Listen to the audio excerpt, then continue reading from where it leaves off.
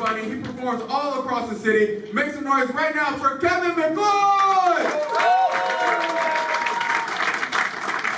Hey, keep it going for Kendall, guys. Show him some love. Come on now.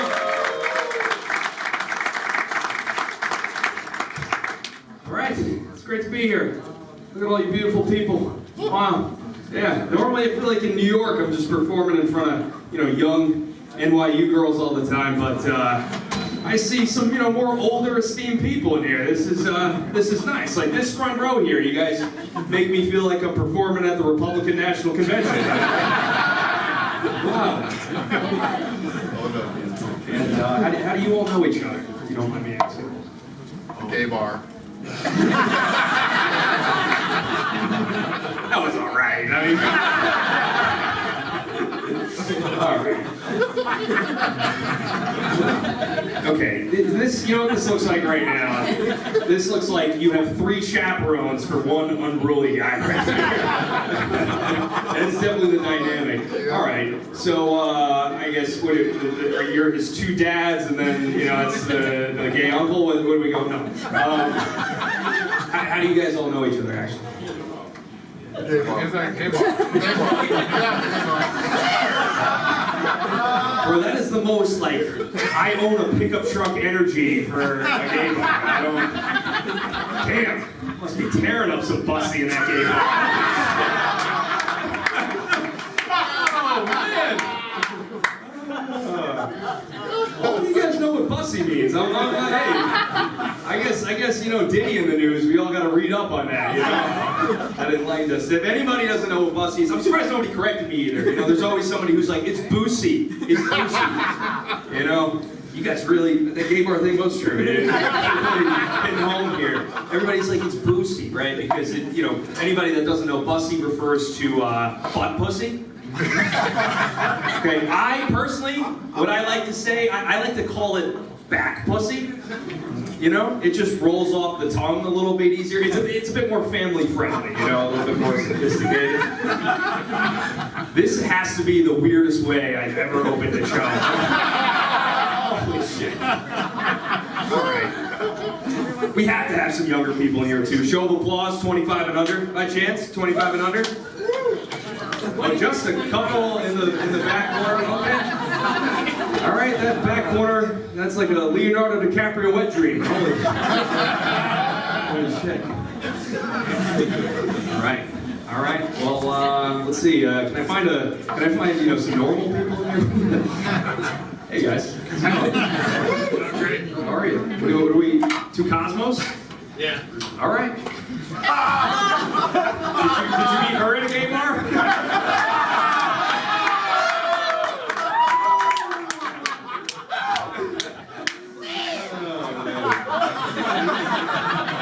That was fucked up, man. That was even like, I've said like more horrible shit to people, but that felt wrong. That felt wrong. You look like a really nice guy here. I presume you 2 are together? We are, yes. Okay, how long for? 2 months. 2 months? Yeah. All right. That's the way you guys are sitting next to each other right now. That is 2 months energy right there. They're all up on top of each other. A couple minutes in, she's gonna be stroking his thigh. Yeah. No, if you told me like 6 years, it'd be a little bit further apart. I'd be like, it's fucking hot in here. Can you fucking relax? That's good. How'd you guys meet? She's a client of mine. All right, man. I was shitting on the Cosmo. I was like, this guy's kind of a pussy, but no, he's got game. He's looking for it wherever he can get it. Okay, so what I guess client for what? I do like technology sales. Okay, technology sales. All right. I like the way you said that. Yeah. People normally say software sales, right? But technology sales. Cool. You like what you do, man? I do. I love it.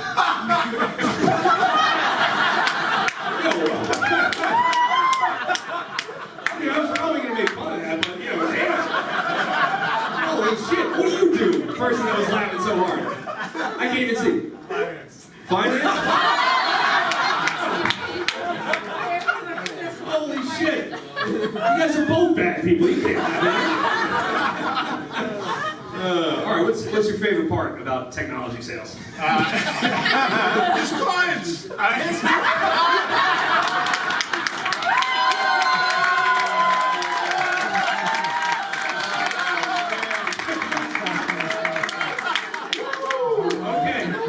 Finance guy redeemed himself, you know.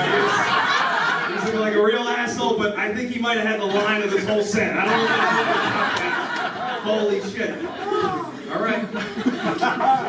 All right. Other than the bussy, what's your favorite part about the job?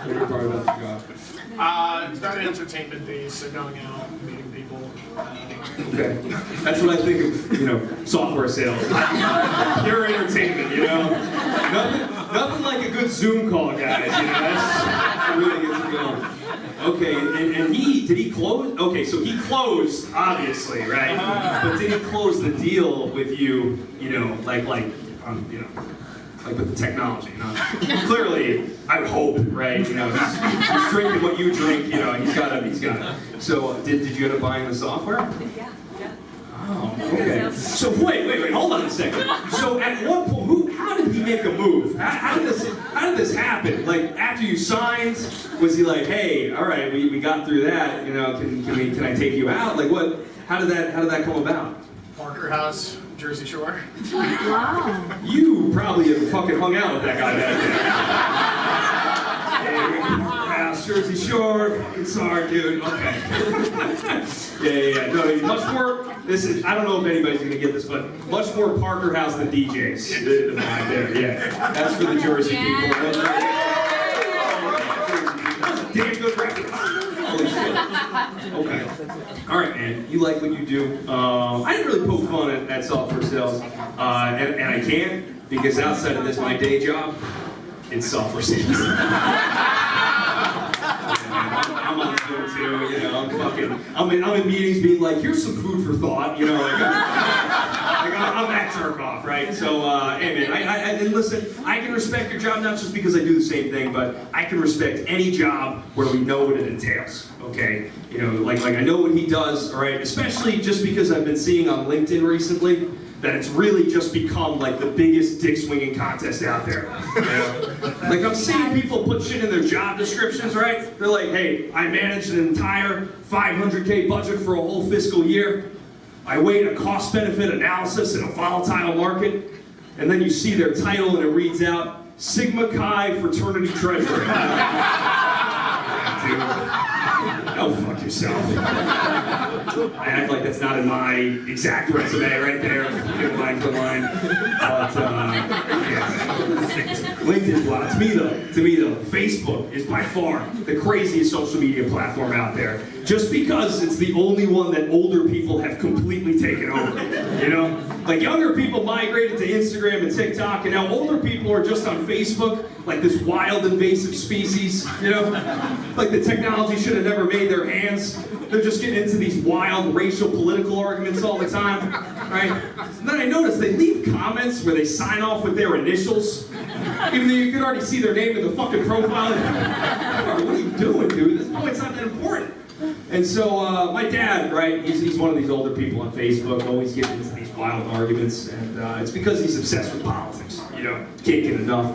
It's just like screen long length arguments, getting into this shit. And my dad is also a very liberal, left-leaning guy, like hates Fox News, hates Trump with a passion, all right? And when I say that about my dad, okay, I said this down in San Antonio, and there were multiple people in the crowd when I said that about my dad. They were like, pussy.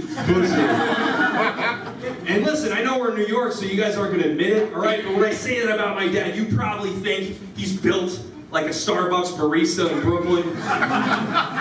Like he's like kind of like a feeble, kale-eating cuck kind of dude, He goes out with these guys on the weekend, right?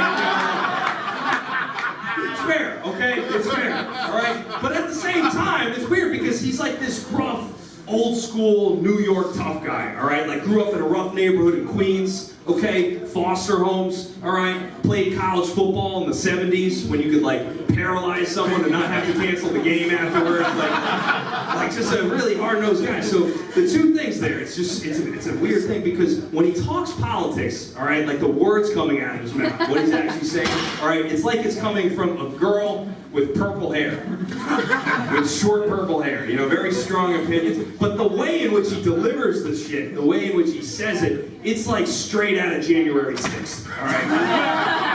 Like for example, growing up, he'd be watching Fox News just to get pissed off at the TV, all right? A national pastime for old white guys. Watch the opposite news, scream at the TV, horrify your family to no recovery, all right? So at the time, it was like Bill O'Reilly talking about gay marriage when that was the issue. And my dad was just sitting back, just fucking stewing, you know? I could feel him getting angry, you know, starting to boil up. All of a sudden, out of nowhere, he would just go, "Let the fucking gays do whatever the fuck they want. You fucking queer." And I'm like, "Dad? Are we a part of the problem or the solution here? What's going on?" I can't really tell. Yeah, that's my dad, man. I'm not watching much news with him these days, or in general. I hate the news. I hate the news. Does anybody in here like watching the news? No, you hate, yeah, man.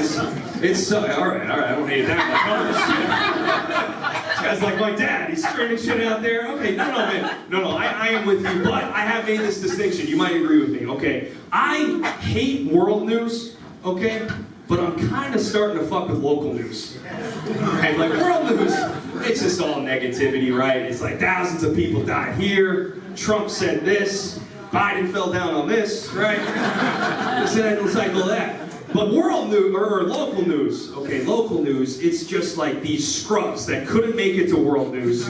So they gotta deliver, you know, these stories in a very, like, professional way. They're doing the whole thing, right? And they're a little bit ridiculous. It's like, I'd be like, Florida man loses penis after trying to fuck an alligator. I'd love to watch that. I can get behind that there. Seems a lot more interesting. All right. We like Bussy playing more than you know, news bits, but we can get into that. Let's talk about P. Diddy. You guys want to talk about Diddy? Okay. All right. Listen, I don't have anything profound to say about this whole thing. Okay, but they raided his house. They found 1,000 bottles of baby oil and 800 dildos. I don't know, to me that lube to dildo ratio is a little bit off, right? What do they just have these fancy parties, passing these things out like they're hors d'oeuvres, you know? Someone walks around with a big tray, it's like, oh, what do we have here, giant dildo? Ah, I'm gonna wait for the pigs in a blanket instead. A little bit lighter, you know? And dude, these perverted celebrities, right? It's kind of a tale as old as time. It's so weird because a guy like Diddy in his prime, he could have any girl he wanted, all right? Like it's evident by his dating history, right? He dated J-Lo at one point, Mariah Carey at one point. Makes me think when you can have whatever you want, you just get bored with it. And then you just start doing weird shit, you know? It's like fucking J-Lo, been there, done that. Mariah Carey, been there, done that. But damn, Nick Cannon's looking pretty damn busy.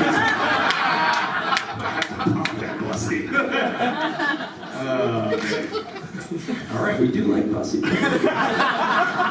Okay, I'll get out of here on this, guys. We can talk about, you know, the other positive thing that was in the news, you know, the election, right? We can get into that. Okay, guys.